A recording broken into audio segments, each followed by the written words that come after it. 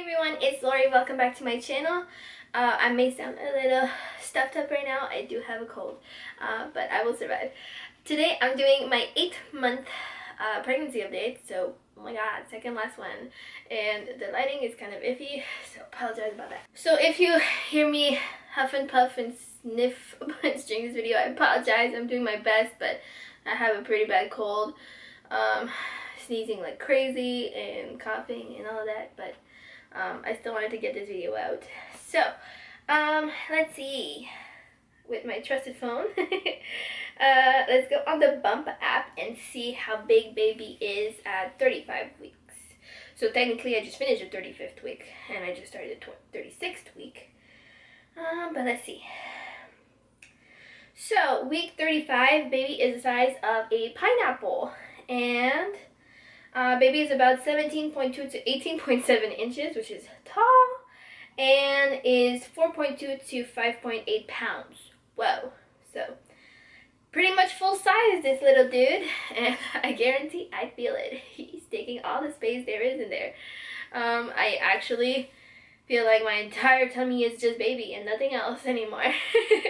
Let's go into my little check-in, monthly check-in stuff. Same list as usual.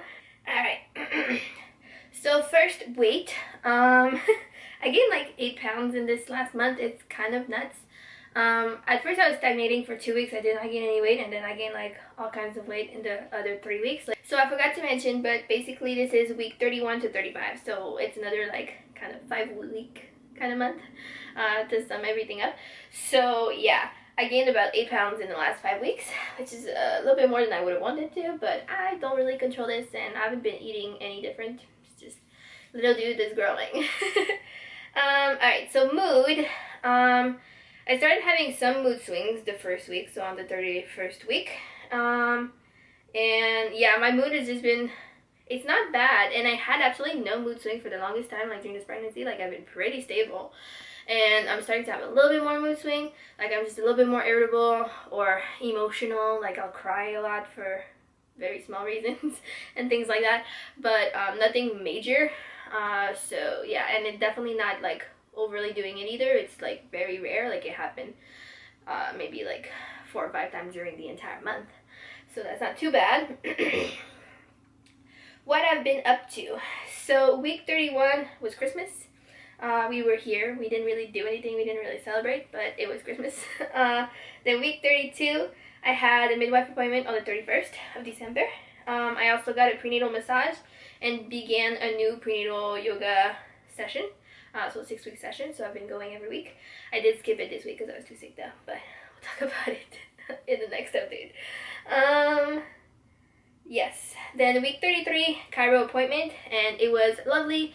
I usually had chiro every other week, but I skipped like a whole month because of Christmas break, and my chiro was on vacation and I was gone and all that stuff, and I needed it so bad. So I was very happy. Then on week 34, I had breastfeeding and a postpartum class. So they were at the hospital. They were the cheapest one I could find.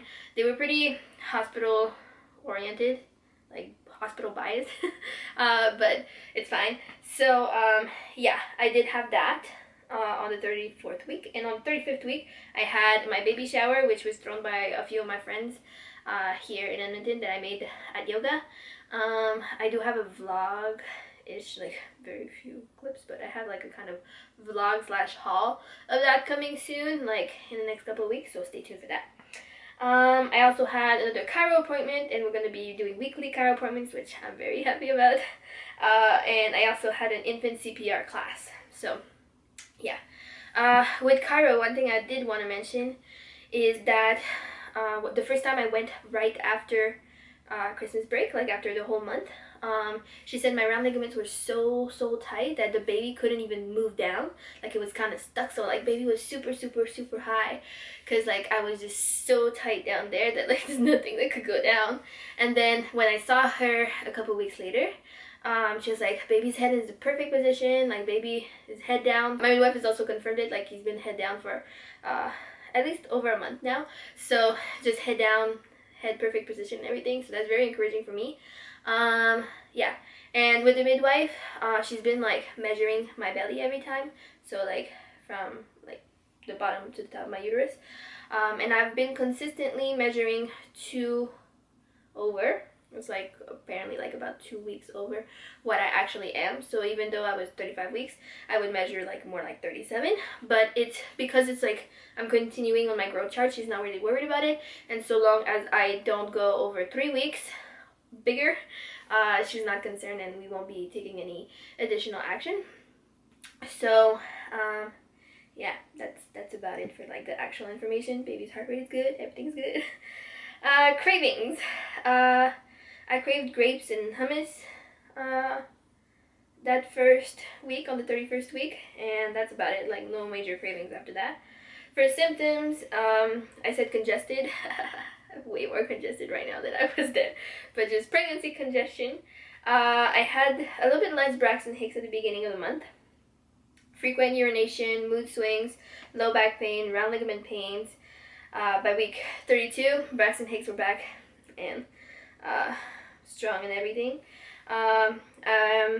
Then I haven't been tracking so well, but week 34 I said I leaked colostrum every day, and that's something that's been going on like for at least the whole month probably, I think. Like I've just been leaking colostrum every day. It's just a tiny little bit, like it's barely enough. Sometimes it doesn't even show through my shirt, but I can feel the tip of my nipples being wet. So it's very, very little, but it's still there. I also started having a couple pimples, so I don't know if you can see right now, I do have a couple right here. But I've had like maybe 5 pimples in this whole month, and I hadn't had any pimples since like at least the beginning of my 2nd trimester or something. Like I'd been clear skin, it was awesome, and now I'm starting to have pimples, mostly on my chin. I had maybe 1 on my forehead, but the rest on my chin. So not nice, but oh well. And I wrote hip aches so bad I can't sleep. So my hips are aching more and more, so I'm having a lot of difficulty sleeping because I keep having to flip. But I did kind of manage a temporary solution for that in terms of sleeping position. I'll talk about it in a minute. But yeah, I think that's about it for symptoms. Like, everything. It's basically everything. So I have my chronic low back pain that are just getting worse. I have Braxton Hicks, I have SI joint pains, round ligament pains if I don't stretch well every night. It's really important for me to do my little bedtime yoga routine, otherwise the night is awful. So yeah, that's about it. Definitely a little bit of shortness of breath. Right now it's exacerbated by my cold, but baby was really high for a little bit, so it was difficult, but I think he's still pretty high, but he's not as high, so I have a little bit more space to breathe, thank God. Alright, sleep. So it's funny because like every other week it's like, so week 31 I'm like get up 1 or 2 times to pee and sleep on average 10 hours. Then week 32 get up 2 to 3 times. Week 33 1 to 2 times, and then week 34 2 to 3 times. So it's like every other week I just need to pee more in the middle of the night. But yeah, my average sleep has decreased just because like by the morning I'm so uncomfortable. I have to get up even if I would sleep a couple more hours because my body hurts like no matter what position I'm in. But what I've been doing to sleep a little bit better, because at first what I was doing is like just sleep on one side like hip stacked and then other side hip stacked. What I started doing is sticking an extra pillow, yeah, because I don't use enough pillows already, I know. So sticking like an extra pillow behind my back, and so I'm like still on my side, but like I'm kind of like diagonal. So I usually tuck it on my right side, so I'm like slanted left, which is optimal for blood flow. So yeah, so I'm like, I start on my hip, and then when my hip starts hurting, I just kind of roll over onto my back, but like I'm still slanted on the left. And then when that feels uncomfortable, I go back on my hip. Usually I'll feel a little bit better. And then I can do that a couple times. And when that becomes too uncomfortable, I do the same thing on the other side. I know you're supposed to sleep on the left side ideally, but like, you know, you do what you gotta do. So I just like bring the pillow, tuck it under my left side, and then I start sleeping kind of on my right hip. And when that hurts, kind of slanted and stuff like that. I don't know if you care at all, but that's what I've been doing. Alright, books. So I just released a video that was like my ultimate reading list, but here are the books that I read this month. I don't have any of them with me because I'm too lazy, so I'll just put pictures. So I finished Mindful Mom to Be by Lori Bregman. I finished the Mama Natural Week by Week Guide to Pregnancy and Childbirth by Genevieve Howland, and I finished the Mama Glow book by Latham Thomas. So all the ones that I was reading through my entire pregnancy, I just finished. Yeah, so I read the last week, month, whatever, and I also read the labor postpartum portions of them. Okay, and then I read 2 physical books. Yeah, so I read the Anime's Guide to Childbirth by Anime Gaskin, very good, and I also read Gentle Birth, Gentle Mothering by Sarah J. Buckley, MD. So those are the 2 books that I did read physically. And I actually also reread the entire A's for Advice, the Reassuring Kind, Wisdom for Pregnancy by Ilana Stanger-Ross. So I read all 3 of these books physically this month. That last one I just read like one night, like it takes an hour, so I just read the whole thing in a day, in one night. But yeah, so those are the books I read physically, and the book that I listened to. So I listened to The Gifts of Imperfect Parenting by Brené Brown, which is a talk, so you don't actually have a physical copy even if you wanted to. Then I listened to Babies Are Not Pizzas, They're Born Not Delivered by Rebecca Dekker. She's the creator of the Evidence-Based Birth website, evidencebasedbirth.com. And I just find like the content really interesting. The book is a little bit more biographical, but it still has a lot of evidence-based stuff, interesting stuff. So yeah, it got me really into it, and then I went on the website, downloaded all the free handouts, and read and educated and informed myself on all these things, which was really nice because I like being overly informed. And then I also listened to Birthing from Within by Pam Anglin. So yeah, I listened to that. That one is a little bit more like artistic mindset prep for birth. It was still really good. Still had a lot of good advice. I've also been listening to a couple podcasts.